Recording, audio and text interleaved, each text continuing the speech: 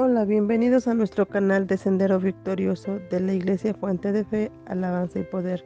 Y continuamos con el estudio de Génesis, capítulo 28, de los versículos del 1 al 22, que su palabra dice: Entonces Isaac llamó a Jacob y lo bendijo y le mandó diciendo: No tomes mujer de las hijas de Canaán. Levántate, ve a Padán Aram, a casa de Betuel, padre de tu madre, y toma allí mujer de las hijas de Labán, hermano de tu madre. Y el Dios omnipotente te bendiga y te haga fructificar y te multiplique hasta llegar a ser multitud de pueblos. Y te dé de la bendición de Abraham y a tu descendencia contigo para que heredes la tierra en que moras, que Dios dio a Abraham. Así envió Isaac a Jacob, el cual fue a Pada Aram, a Labán, hijo de Betuel, arameo, hermano de Rebeca, madre de Jacob y de Esaú. Y vio Esaú cómo Isaac había bendecido a Jacob y le había enviado a Padán Aram para tomar para sí mujer de allí, y que cuando le bendijo le había mandado diciendo: No tomarás mujer de las hijas de Canaán. Y que Jacob había obedecido a su padre y a su madre, y se había ido a Padán Aram, y vio asimismo Esaú que las hijas de Canaán parecían mal a Isaac su padre. Y se fue Esaú a Ismael y tomó para sí por mujer a Mahalat, hija de Ismael, hijo de Abraham, hermana de Neboiot, además de sus otras mujeres. Y continuamos donde Dios aparece a Jacob en Betel. Salió pues Jacob de Beerseba y fue a Aram, y llegó a un cierto lugar y durmió allí porque ya el sol se había puesto. Y tomó de las piedras de aquel paraje y puso su cabecera y se acostó en aquel lugar. Y soñó, y he aquí una escalera que estaba apoyada en tierra, y su extremo tocaba en el cielo. Y he aquí ángeles de Dios que subían y descendían por ella. Y he aquí Jehová estaba en lo alto de ella, el cual dijo: Yo soy Jehová, el Dios de Abraham, tu padre, y el Dios de Isaac. La tierra en que estás acostado te la daré a ti y a tu descendencia. Seré tu descendencia como el polvo de la tierra, y te extenderás al occidente, al oriente, al norte y al sur, y todas las familias de la tierra serán benditas en ti y en tu simiente. He aquí yo estoy contigo y te guardaré por donde quiera que fueres, y volveré a traerte a esa tierra, porque no te dejaré hasta que haya hecho lo que te he dicho. Y despertó Jacob de su sueño y dijo: Ciertamente Jehová está en este lugar, y yo no lo sabía. Y tuvo miedo y dijo: Cuán terrible es este lugar, no es otra cosa que casa de Dios y puerta del cielo.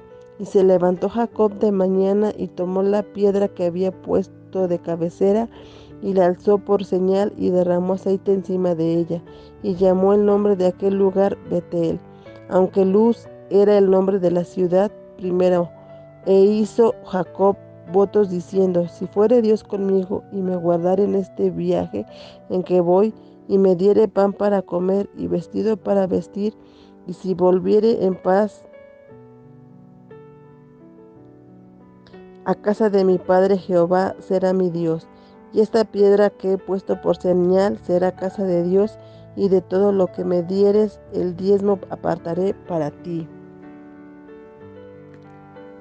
El problema que se intentaba prevenir en cuanto a la futura esposa de Jacob era precisamente el que ya antes había afectado a Esaú, y tiene que ver con una relación humana, íntima como es la del matrimonio. Las advertencias del pueblo de Dios que encontramos a través del Antiguo Testamento, en el sentido del no casarse con mujeres extranjeras, no tiene que ver con implicaciones raciales, sino que están basadas en el aspecto religioso, es decir, en la fe, porque eran esa misma fe en Dios que marcaba la diferencia entre los descendientes de Abraham y los demás pueblos de aquella tierra.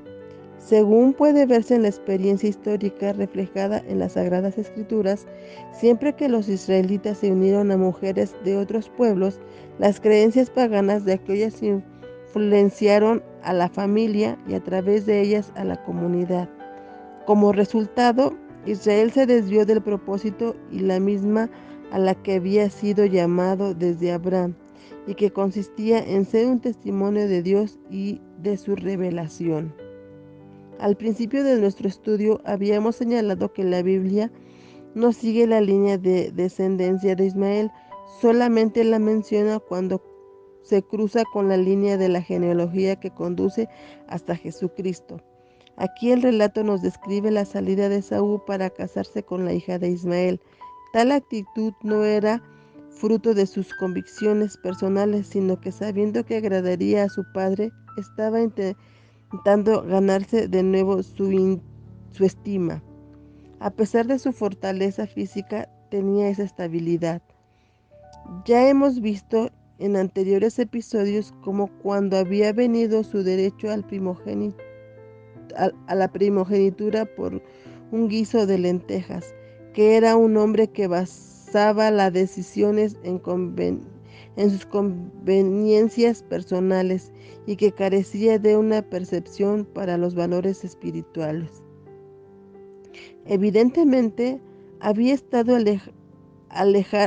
intentado alejarse de su hermano Esaú a toda prisa, siguiendo el relato de esta, que era la primera noche que pasaba lejos de su hogar, y debió sentir soledad y nostalgia, especialmente por la ausencia de su madre, a quien había estado tan apegado. Y continuamos donde Dios se aparece a Jacob en Betel. Era precisamente en esa zona donde Dios le había aparecido a Abraham después de que él llegara a la región de Palestina. En esta ocasión, Dios le estaba declarando a Jacob exactamente lo que le había dicho primero a Abraham, luego a Isaac, y aquí este incidente se lo estaba reafirmando a Jacob. Especialmente las últimas palabras que hemos leído habrán resultado reconfortantes para un joven solitario y nostálgico que, habiendo salido apresuradamente de su hogar, se dirigía hacia un país lejano y un futuro incierto.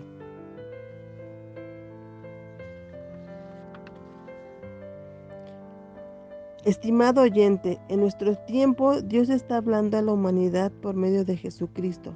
No podemos tener acceso directo a la presencia de Dios si no es por medio de Cristo. En este mismo Evangelio de Juan, en el capítulo 14:6, Jesús mismo afirma: "Yo soy el camino y la verdad y la vida, y nadie viene al Padre sino por mí".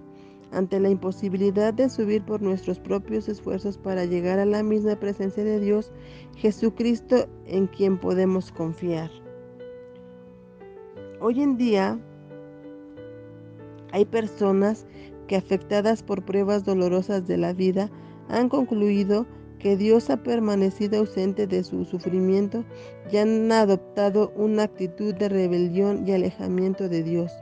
Otras han adoptado una apariencia formal de cristianos e incluso la membresía en alguna iglesia, pero no han tenido una experiencia de encuentro y conocimiento personal del Señor Jesucristo. En el primer caso, Dios permite pruebas para disciplinarnos y acercarnos a Él, para fortalecer nuestro carácter y convertirnos en valiosos testigos de su gracia y su poder. En el segundo caso, Dios actuará de diversas maneras para que las personas reconozcan su necesidad de establecer una relación vital con Dios por medio de un conocimiento de Jesucristo como Salvador personal. Aquel lugar solo podía resultar terrible para una persona como Jacob, un pecador que estaba tratando de huir de Dios.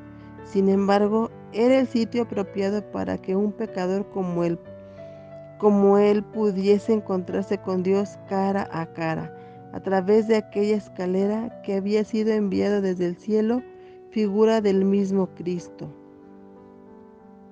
Por la forma de expresarse, por una parte podemos ver que, al contrario que su hermano, se tomaba en serio su relación con Dios, y por otra reconocemos que hasta qué punto tenía que aprender a conocer al Dios de la promesa. Su carácter aflora aquí al ver cómo trató solapadamente de manipular a Dios por medio de un voto que él parecía querer negociar con Dios. Si Dios le concedía lo que estaba pidiendo, entonces Jacob le serviría. Tendría realmente que llegar a la conclusión de que ni él ni nadie podía tratar con Dios de esa manera. La gracia y la misericordia de Dios son exactamente lo que significa y no pueden ser obtenidas a cambio de méritos personales. Cuando después de varias experiencias Dios traería a Jacob nuevamente a Betel, él ya sería un hombre más sabio, pues vendría a este memorable lugar para adorar y alabar a Dios, quien había tenido misericordia de él. Y esta actitud que Jacob habría de corregir es la de muchas personas de hoy en día. Al encarar sus relaciones con Dios, piensan que con su comportamiento, sus esfuerzos y sacrificios pueden obtener beneficios por parte de Dios y de esa forma demuestran que lo conocen realmente. Y lo que nos preguntamos sobre Jacob bien podría aplicarse al ser humano de nuestro tiempo, teniendo en cuenta a nuestra propia naturaleza. ¿Qué podemos ofrecer a Dios? ¿Qué estamos en condiciones de prometer y qué estamos en condiciones de cumplir? ¿Pretendemos comprar el amor y la gracia de Dios? Resultaría imposible hacerlo y sería además una gran ofensa contra Dios. Es por eso que concluimos afirmando que nuestra única esperanza es Jesucristo. A través de todas las Sagradas Escrituras podemos ver que en las relaciones entre Dios y los hombres, Él tomó la iniciativa. Solo queda aceptar el amor y la gracia de Dios que Él ofrece gratuita y libremente colocando nuestra fe en Jesucristo. La palabra de la primera carta del apóstol Juan, el llamado discipulado amado, uno de los tantos que aceptó el amor y la gracia de Dios que transformaron su vida, nos recuerda una vez más la experiencia de millones de cristianos. Dice él en su primera carta, capítulo 9, 4:19, nosotros le amamos a Dios porque Él nos amó primero. Y así concluimos con este estudio que espero que sea de mucha bendición en tu vida. Gracias y muchas bendiciones.